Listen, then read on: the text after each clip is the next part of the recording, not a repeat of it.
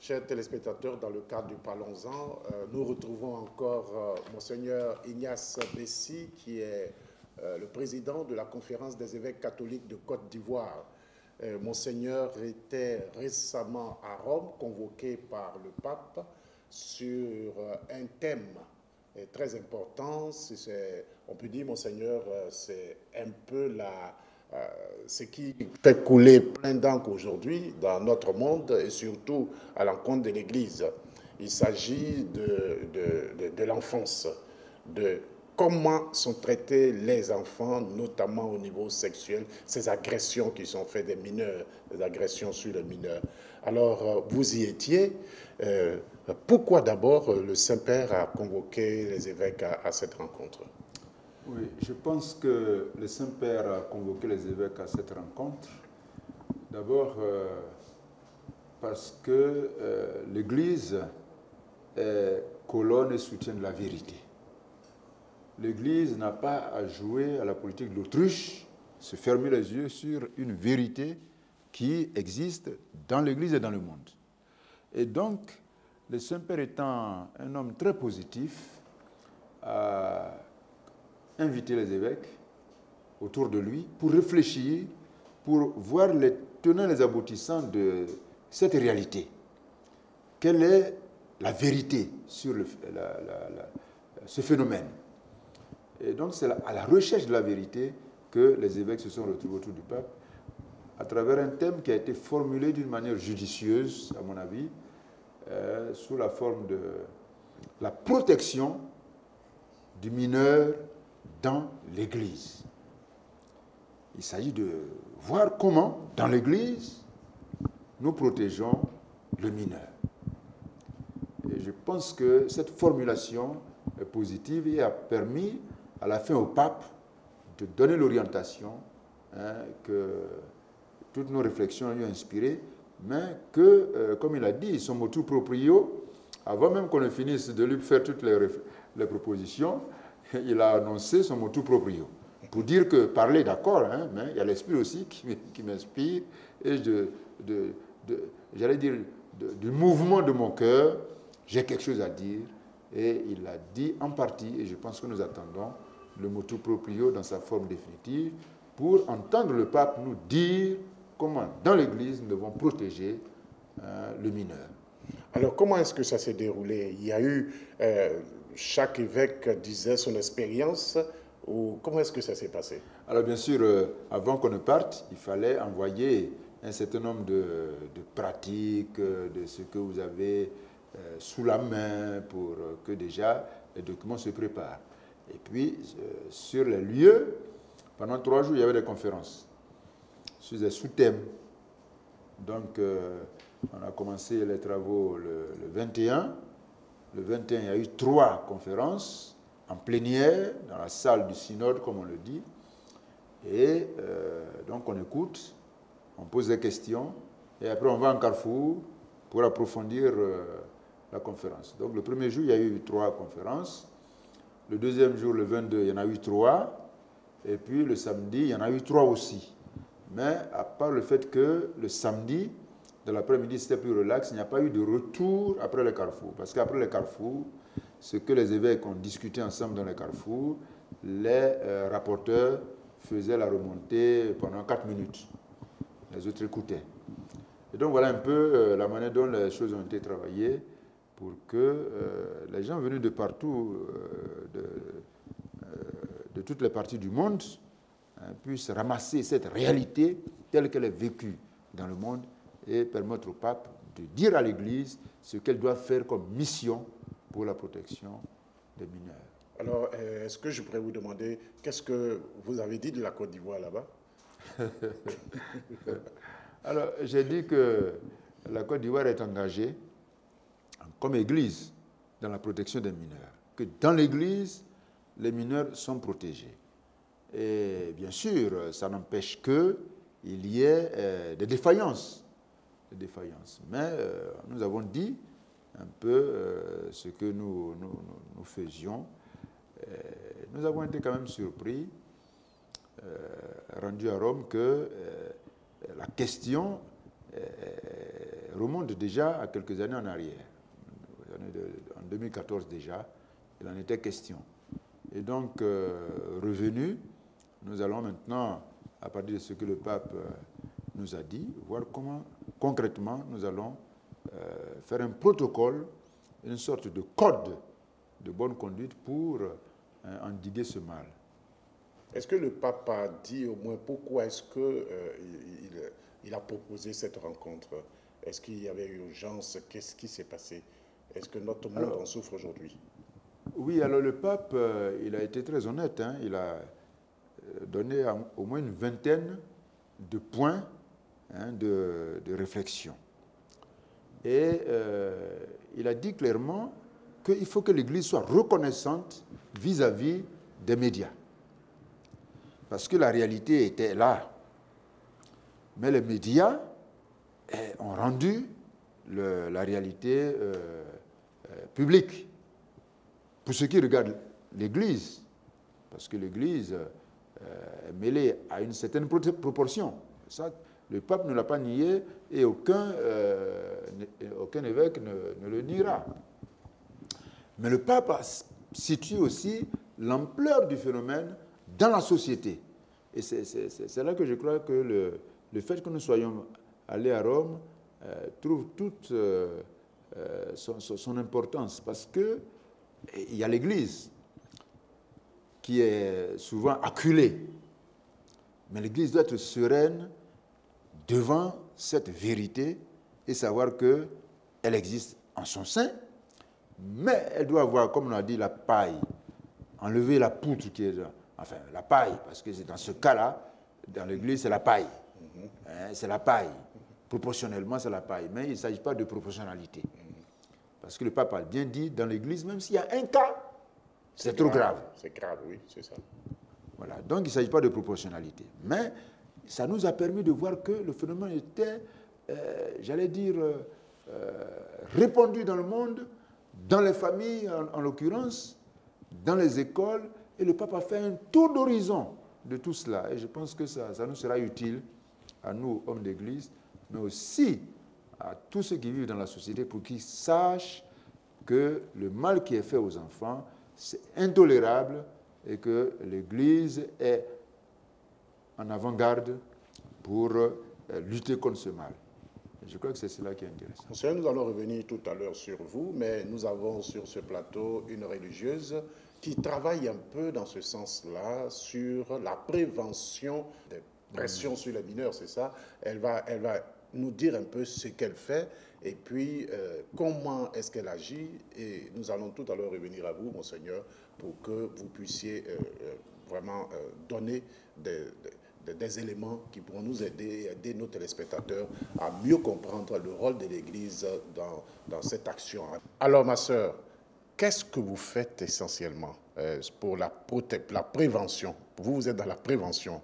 Et pourquoi la prévention? Alors, je profite pour donner un peu plus d'explications sur ce centre. Ce centre est à ICMA et il entre dans le projet de l'ICMA qui est d'être au service de l'Église locale. Pour nous, c'est d'abord une mission d'évangile. Le Christ dit d'être au service des plus petits, au service des pauvres. Voilà pourquoi cette dimension est prise en compte au sein du centre. Comment comme visage d'Église, comment comme agent de l'Église, qu'on soit théologien, qu'on soit prêtre, qu'on soit religieux, religieuse, laïque, comment, au nom de l'Église, nous engager donc auprès de ces mineurs abusés et ces personnes vulnérables. Voilà pourquoi, depuis déjà 3 ans, au sein de l'Institut, des activités sont menées, en particulier tout ce qui est de l'ordre de la formation. Donc, la formation entre dans la logique de la prévention en quelque sorte. Voilà pourquoi, par exemple, à l'Institut, des jeunes séminaristes, donc futurs prêtres, reçoivent une formation avec à la fin un certificat sur la question des abus sur mineurs et donc pour penser à leur protection. Donc, en plus du volet formation, une formation qui se fait sur place, mais une formation aussi qui se fait en ligne. On a des formations en ligne. Voilà pourquoi nous encourageons d'ailleurs beaucoup de nos chrétiens et même non-chrétiens à s'intéresser à cette formation qui pourrait leur donner des éléments pour se tenir aussi en société et voir leur rapport avec cette question. Donc ça, c'est le premier volet. Le deuxième volet, c'est la sensibilisation au niveau du centre. C'est la sensibilisation. Monseigneur l'a dit tout à l'heure. Effectivement, après analyse, après avoir écouté des experts sur la question, nous nous sommes rendus compte que ce fléau est d'abord sociétal. Ce fléau touche toute la société, touche la famille. Et donc, nous avons cette obligation de rejoindre aujourd'hui, par exemple à travers l'Église, de rejoindre les CEB, de rejoindre les familles, de rejoindre nos lieux de catéchèse. Pourquoi pas intégrer cette formation même dans les programmes de catéchèse, par exemple.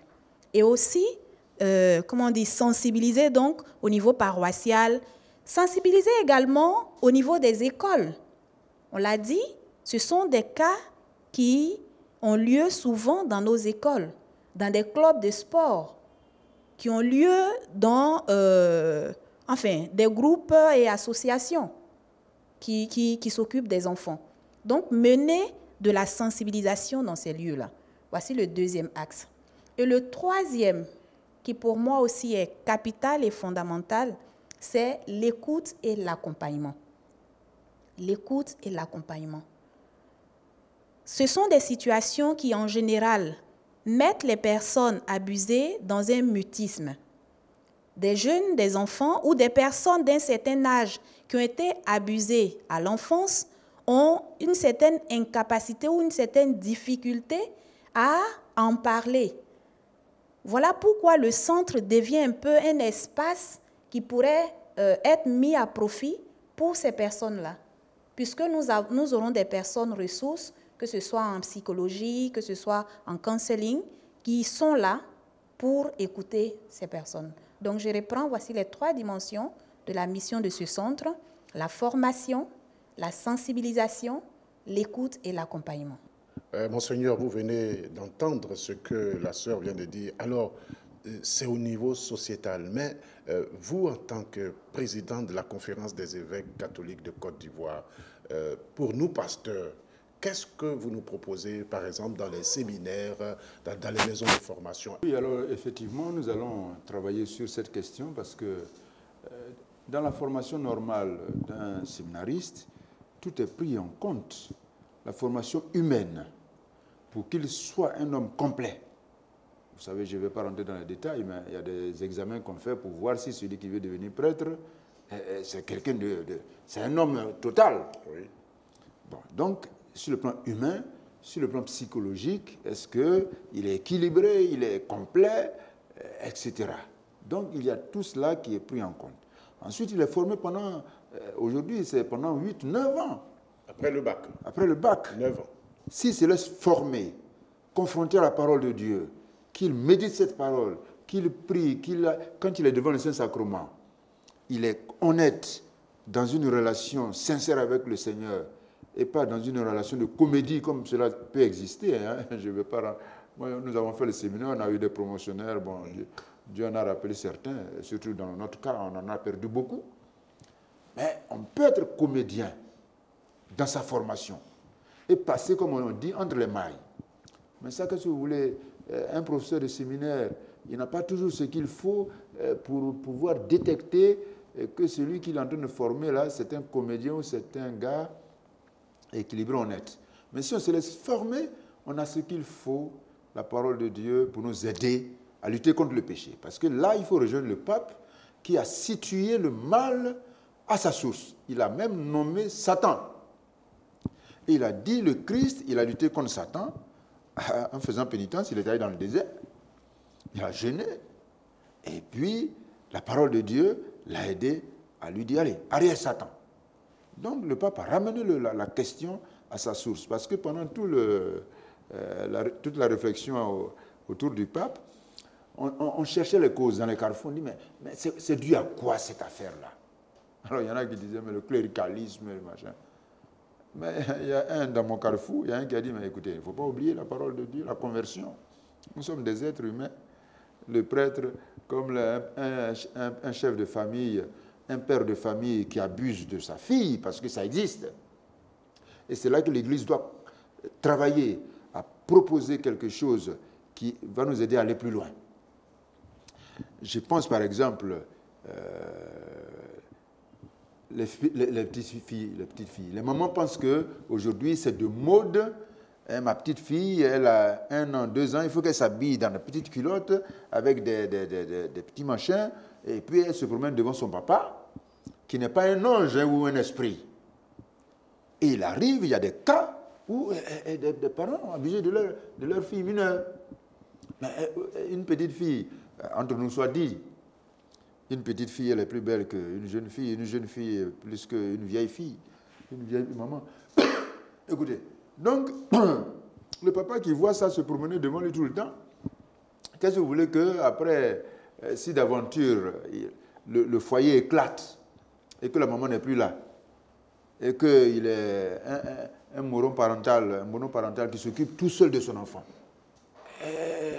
sa fille devient sa femme. Il faut que nous puissions faire un protocole de bonne conduite qui va inclure dans ce petit livret que dans nos familles catholiques, pour que aussi les autres familles puissent, que les parents évitent de faire habiller n'importe comment les enfants, même dans la maison. Même dans la maison. Parce que quand on voit quelque chose à la télévision, les gens sont habillés, on pense qu'il faut appliquer ça dans nos familles. Et un petit frère, un frère peut abuser de sa petite sœur. Parce qu'on est dans une ambiance où on pense que tout est permis. Donc il y a beaucoup de choses à faire pour que vraiment on se mette en rang de bataille pour lutter contre cette affaire et que le mineur, Jésus a dit laissez venir à moi les petits enfants, que les mineurs viennent à Jésus et qu'on n'en profite pas. Vous me permettez d'aller plus loin parce qu'il y a l'aspect sexuel, mais le pape est allé plus loin. Il y a aussi dans nos familles des mineurs qui viennent travailler pour accompagner un enfant à l'école. Et elles sont là, c'est elles qui se réveillent avant tout le monde, c'est elles qui dorment après tout le monde, mais cette mineure qui travaille là, mais parfois, elle est aussi la seconde femme de l'homme. Donc tout cela, il faut que la sœur qui travaille à la prévention prenne cela en compte pour que vraiment nous trouvions un protocole qui nous permet de faire une sorte de campagne. Pas de faire du bruit pour faire du bruit, mais pour dire que la réalité est grave et qu'il faut la combattre en parlant, mais aussi en donnant des directives assez claires pour aider aussi la société à combattre ce phénomène. Parce que même jusqu'au niveau de l'ONU, il y a des structures qui vraiment travaillent, et c'est là qu'on peut féliciter les femmes. Parce que souvent les femmes, elles parlent d'émancipation et tout ça, mais quand il y a des phénomènes de ce genre, elles ferment le caquet. Mais au moins dans ce cas-là, il y a eu des femmes au niveau de l'ONU, des rapports qui montrent que les femmes sont debout pour combattre ce fléau et aider l'Église à aider la société à changer. Est-ce que la protection regarde seulement les rapports sociaux, les attouchements? Est-ce qu'on ne peut pas parler aussi de cette protection mentale? Ces films qu'on propose aux enfants, ces films, on peut dire pornographiques, ces revues pornographiques. Est-ce que tout ça aussi, ce n'est pas l'abus? J'aime aussi à rappeler que cette question d'abus qui nous directionne souvent dans le sens de l'abus sexuel devrait élargir nos horizons pour prendre en considération tout ce qui est lié, par exemple, à la question sociale, à la question de la pauvreté, par exemple, à la question de l'injustice sociale. Parce que on peut chercher les causes, Mais je pense que en société, si nos enfants sont quand même dans des conditions qui favorisent un certain épanouissement humain, et je dirais même spirituel, on pourrait éviter beaucoup de choses. Spirituel particulièrement. Exactement. On pourrait éviter beaucoup de choses. Nous pouvons retenir une chose, c'est que notre monde va mal. Et il y a des choses qui, quelque temps en arrière, ne se passaient pas, qui se passent maintenant. Vous avez beaucoup de choses à faire, hein, beaucoup de travail à battre. Parce qu'aujourd'hui, ce que nous voyons, c'est que tout le monde regarde les abus sexuels sur les enfants. Et nous sommes confrontés à une certaine réalité. C'est qu'en Afrique, on aime couvrir ces choses-là. Et quand un enfant souffre, il ne peut pas venir dire parce que c'est la honte de la famille, c'est la honte de ce cousin, c'est le papa, on ne peut pas traduire le papa en justice et tout cela, ça cause un problème. Et donc, ce sera la dernière question pour vous. Comment est-ce que vous pensez résoudre ce problème de manière culturelle? Comme cette dernière rencontre avec le pape vient de le mettre en lumière, l'abus sexuel est vraiment transculturel. Alors, pour nos cultures africaines en général, ou disons dans notre réalité ivoirienne, qui elle aussi a de multiples cultures, un aspect qui pour moi, il faudrait effectivement travailler, serait quel est le regard de nos cultures sur l'enfant. À certains séminaires de formation, par exemple, nous demandons aux participants de dire un proverbe qui donne le sens d'un enfant dans la société.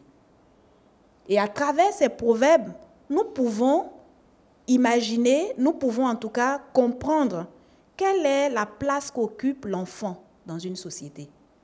Parce que de là va dépendre tout l'engagement envers cet enfant-là. Est-ce que c'est un enfant dont on respecte par exemple la dignité?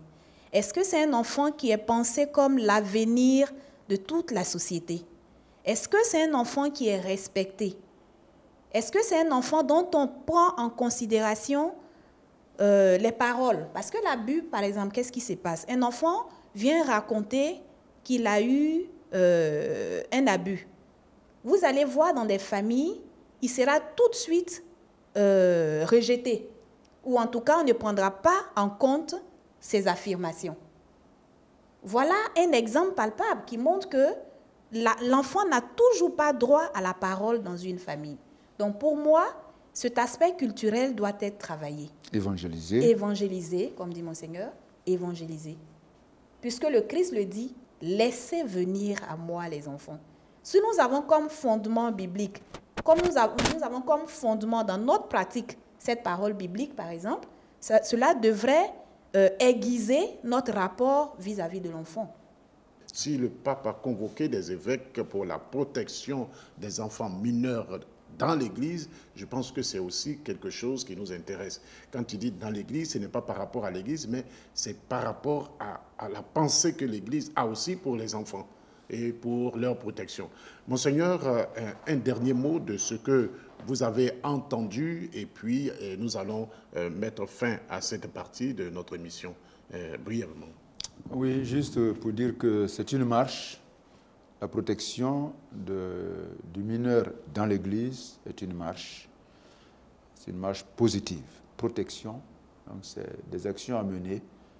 Et je pense qu'ensemble, il faut que nous commencions un pas et un deuxième pas, et puis que nous continuons. Le pape ne nous a pas invités pour que ponctuellement nous réfléchissions, nous marquions un arrêt et puis c'est terminé, mais c'est pour nous envoyer en mission. J'aimerais quand même vous dire, vous voyez, regardez la pensée des papes depuis le concile et surtout depuis le synode sur l'évangélisation initié par Paul VI. Mais il est question d'évangélisation jusqu'aujourd'hui. Et quand le pape François a donné la lettre d'exhortation sur la nouvelle évangélisation, après cela, il a été question de la famille. La famille comme j'allais dire, élément d'évangélisation, ou acteur d'évangélisation, ou actrice d'évangélisation. Après, la famille, c'est les jeunes. Et maintenant, ce n'est pas un synode, mais les enfants ne vont pas aller se rassembler pour un synode. Mais on dit comment protéger les enfants. Donc, toutes les composantes de la famille envoyées en mission pour annoncer l'évangile à travers la protection du mineur dans l'Église. En tout cas, chers téléspectateurs, nous avons été heureux de recevoir sur ce plateau Monseigneur et la sœur pour nous parler de ce que l'Église pense de la protection des enfants mineurs. Et Monseigneur qui nous revient de Rome à une rencontre convoquée par le pape François. Il est revenu nous donner fraîchement ce que le pape attend de nos églises. Et nous avons reçu aussi sur ce plateau la sœur qui est venue nous parler de cette expérience qu'elle fait avec ceux qu'elle forme dans la protection des enfants mineurs et surtout au niveau des abus sexuels. Et je pense que c'est un point sur lequel nous devons travailler. Nos familles aujourd'hui ne se sentent plus concernées par ce qui regarde les enfants. Il faut que nous mettions le doigt dessus pour que les uns et les autres en prennent conscience. On dit toujours que les enfants, c'est l'avenir. Et si cet avenir-là n'est pas entretenu, et finalement, nous n'aurons rien comme avenir. Et c'est pour cela que nous avons, nous aussi en Église, voulu en parler pour que tous nous en prenions conscience. Nous avons été très heureux d'être avec vous aujourd'hui et nous sommes heureux aussi que la parole de Dieu vous rejoigne où vous êtes en ce dimanche. Et nous vous donnons rendez-vous pour le dimanche prochain.